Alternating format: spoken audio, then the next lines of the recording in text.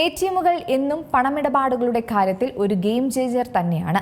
എടിഎമ്മുകൾ വന്നതോടെ വളരെ എളുപ്പത്തിൽ യാതൊരു പ്രയാസവുമില്ലാതെ ഇന്ന് പണമിടപാടുകൾ നടത്താം.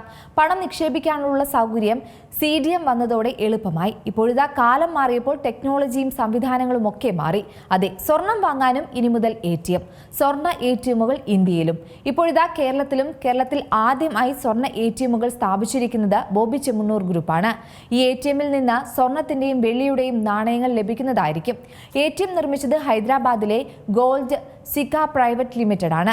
1/2 മില്ലിഗ്രാം മുതലുള്ള സ്വർണ്ണ നാണയങ്ങൾ ATMിൽ നിന്നും ലഭിക്കും. ATM പ്രവർത്തിക്കുക 24 മണിക്കൂറാണ്. ATMിൽ പണം നിക്ഷേപിച്ച് കഴിഞ്ഞാൽ സ്വർണം ലഭിക്കും. യാതൊരു ബുദ്ധിമുട്ടുകളും കൂടാതെ സ്വർണം വാങ്ങാനുള്ള അവസരം കൂടിയാണ് ഇത്. 2022 ഗോൾഡ് ATM രാജ്യത്ത് ആദ്യമായി ആരംഭിച്ചത്. ATMിനായി CCTV നിരീക്ഷണം, മോഷണവിരുദ്ധ അലാറങ്ങൾ, ബയോമെട്രിക് ആക്സസ് കൺട്രോളുകൾ തുടങ്ങിയ ശക്തമായ സുരക്ഷാ സംവിധാനങ്ങളാണ് ഏർപ്പെടുത്തിയത്. ഇന്ത്യയിൽ 14 ഗോൾഡ് ATMുകളും അന്താരാഷ്ട്ര തലത്തിൽ 3 എണ്ണവുമാണ് 2025 മെയ് വരെയുള്ള കണക്കനുസരിച്ച് സ്ഥാപിച്ചിട്ടുള്ളത്.